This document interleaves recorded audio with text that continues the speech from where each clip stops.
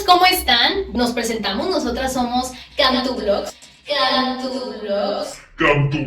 Yo soy Ana Cristina. Yo soy Ana, Silvia. Y el día de hoy estamos muy emocionadas de poder compartir con ustedes un tema, casos extraños o paranormales. No olviden de seguirnos, suscribirse y darle like. Además también compartir el video, así que pues comenzamos.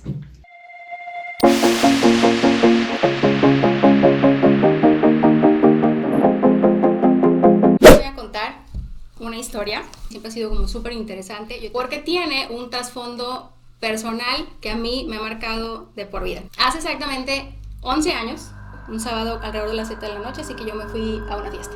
Me la pasé increíble y obviamente mis papás siempre me decían, tienes que llegar a tal hora.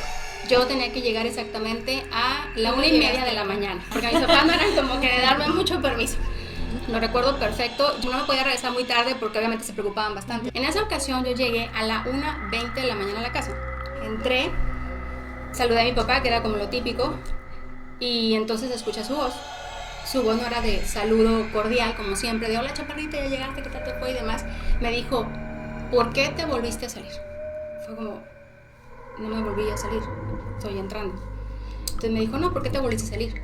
Después de aclamadas las cosas, él me explicó que había escuchado un ruido y que inclusive escuchó la puerta de la casa abrirse.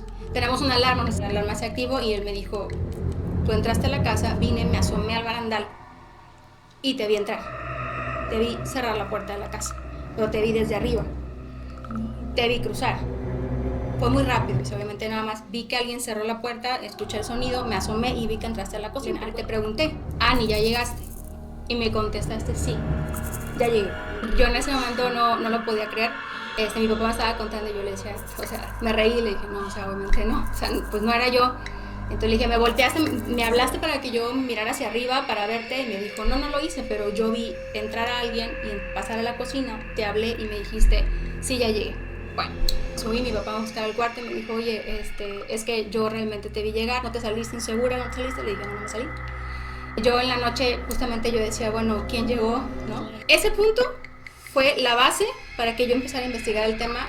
¿Cómo se llamaba el fenómeno en donde uno podía estar en dos lugares al mismo tiempo? No físicamente hablando, sino espectralmente hablando, digamos. Y entonces me encontré con el fenómeno del doppelganger. Y obviamente en la red hay gran información. Hay una diferencia bien importante en lo que es el doppelganger y hay gente que lo relaciona con la bilocación. La bilocación es más como la capacidad que tú tienes, la capacidad de hacer viajes astrales, pero es más arraigada a la gente santificada para los santos, ¿no? Hay muchos fenómenos que hablan de gente santos en la historia que han tenido esta posibilidad, entonces hablan más de tipo espiritual. La iglesia inclusive entiende, acepta la bilocación, pero bueno, lo que ocurrió conmigo no era bilocación, era el doppelganger, que todavía es como más espectral y más fantasmagórico. Entonces un doppelganger viene prácticamente de la palabra del alemán, que dicen doppel es doble y ganger es andante.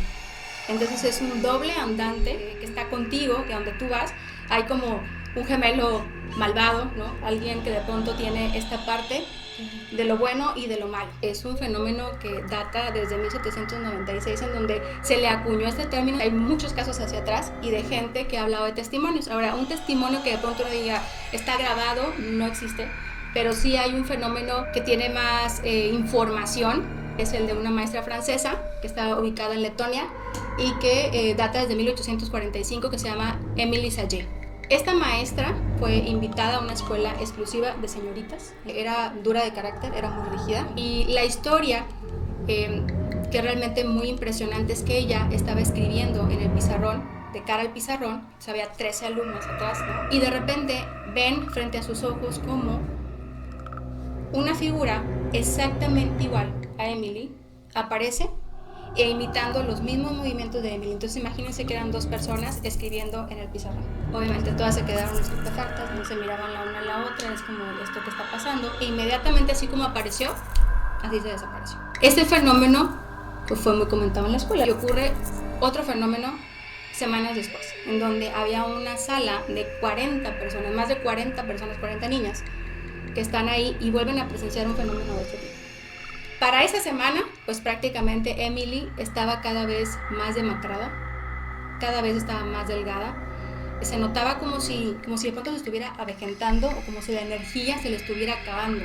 Todo esto se le atribuía a la presencia y a las apariciones constantes que estaba teniendo este gemelo que se daba en diferentes instancias en la escuela, pero ya el acabose fue justamente en una clase donde las alumnas podían ver a Emily recogiendo flores en el jardín. Es una clase diferente a la de Emily y entonces están ahí y ellas pueden ver en el jardín a Emily.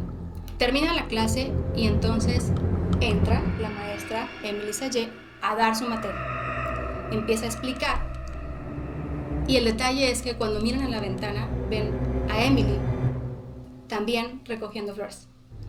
Entonces, y la Emily que estaba en el jardín era la Emily demacrada, la Emily que estaba siendo consumida.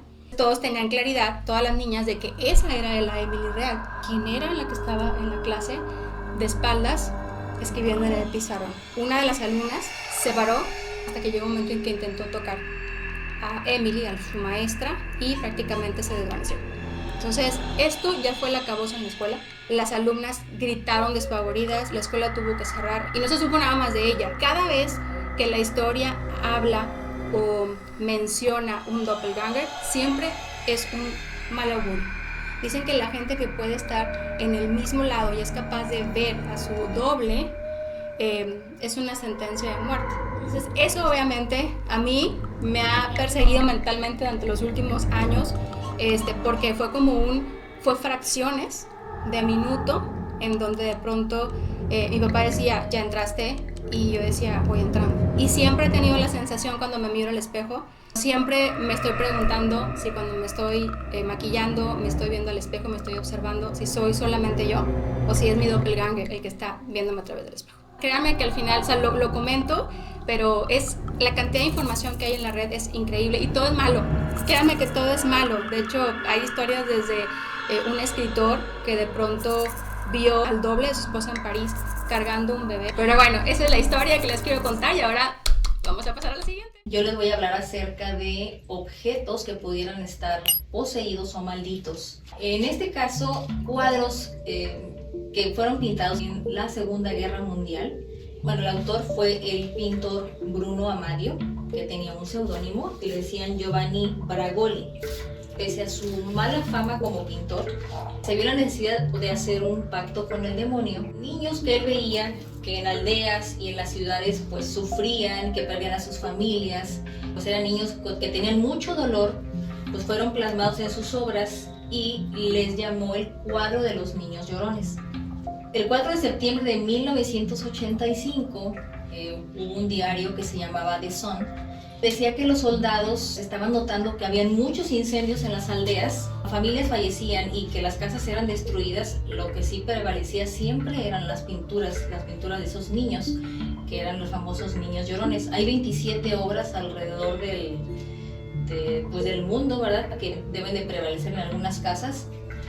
Y pues estas pinturas, por más incendios, de lo que pasara siempre era la única que no pasaba nada. Después, a través de los meses, muchas personas hablaban al diario diciéndole que pues esas pinturas que al parecer estaban poseídas y que sucedían cosas raras en las casas. Entonces los suscriptores y lectores de ese periódico empezaron a enviar todas las pinturas al diario para que fueran destruidas y quemadas.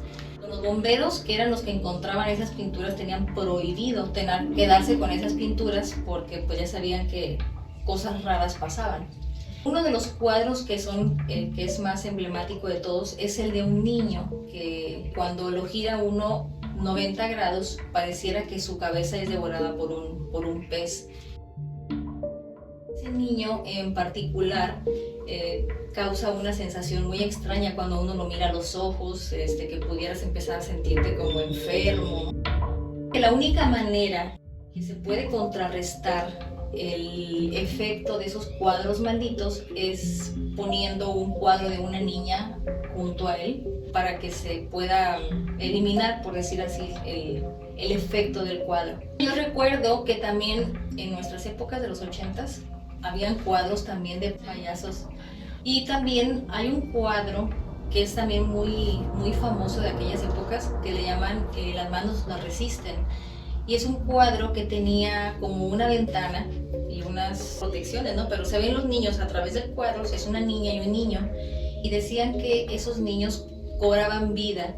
La niña salía del cuadro, amenazaba al niño dentro de la pintura con una navaja y de repente encontraban a los niños en las recámaras de las personas que tenían esas pinturas, ¿verdad? Son hechos paranormales que uno nunca sabe.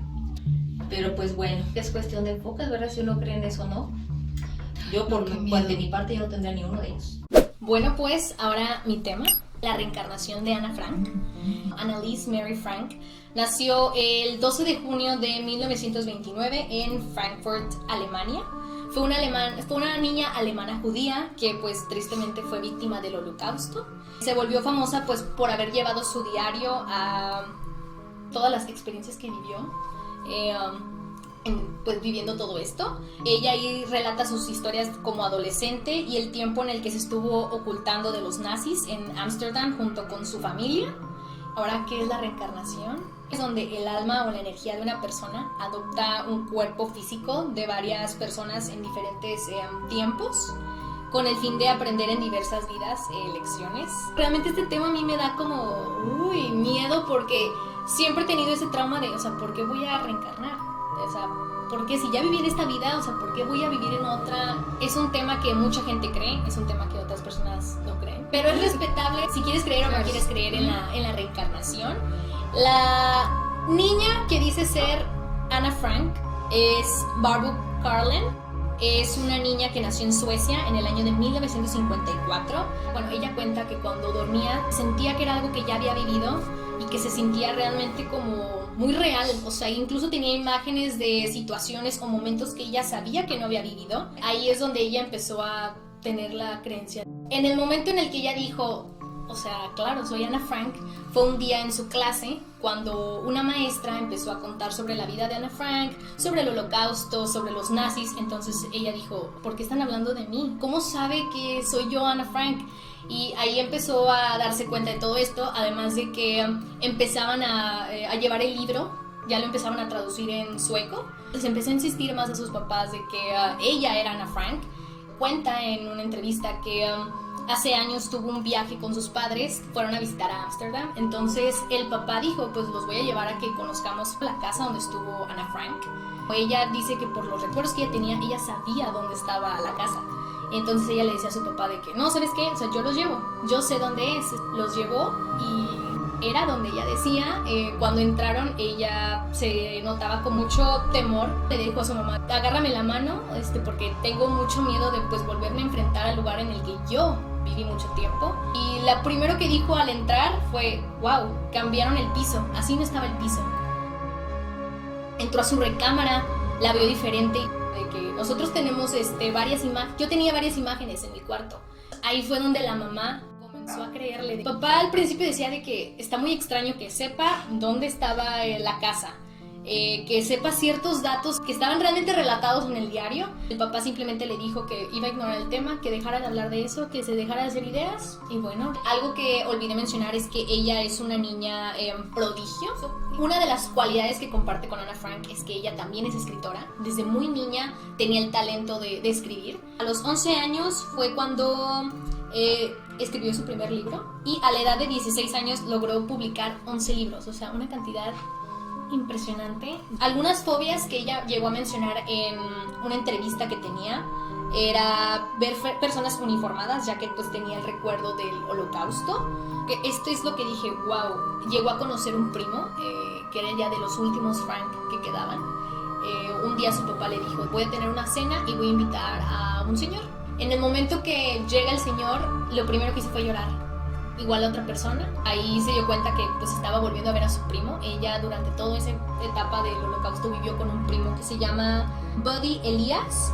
El momento que lo vio, pues obviamente lo reconoció, e incluso Buddy Elias, a pesar de que no era Ana Frank como él la recuerda, recuerda, la reconoció. Dice que en sus ojos podía ver esa alma que tenía Ana Frank cuando pues vivían juntos, y realmente fue un momento muy emotivo para ella. Hay más historias de reencarnación. Hay un niño que dice ser la reencarnación de Lady Di. Espero que les haya gustado mi tema. Yo creo que a lo mejor hay ciertos datos que a lo mejor no pude agregar porque creo que es un tema a lo mejor algo extenso. Fíjate que a mí me causa siempre mucho conflicto hablar de la reencarnación, y cada vez hay más casos. Cuando tú pierdes a alguien que quieres, la esperanza es de, oye, en algún momento nos vamos a encontrar todos. Y el pensar que tú vas a reencarnar es como de, o sea, como que puedes llegar a una instancia, si es que uno llega y se porta bien y toda esta cuestión, pero llegas y depende, y no estaba porque estaba reencarnando realmente me voy a volver a topar a todos mis seres queridos. Aunque hay una teoría que dice, con las personas que tú convives en esta vida, si llegas a reencarnar en la otra, llegas a convivir con las mismas personas. Simplemente que en esta vida tú eres mi tía, pero a lo mejor en la otra vida tú vas a ser mi mamá o vas a ser mi hermana.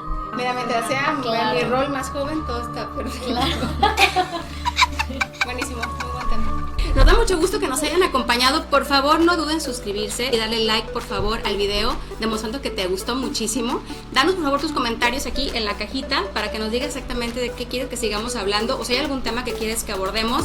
Y por favor, comparte nuestro video para que podamos llegar a más y más gente. Esto fue Cantú Vlogs.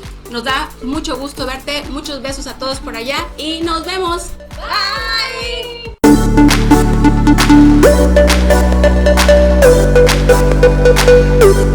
Thank you.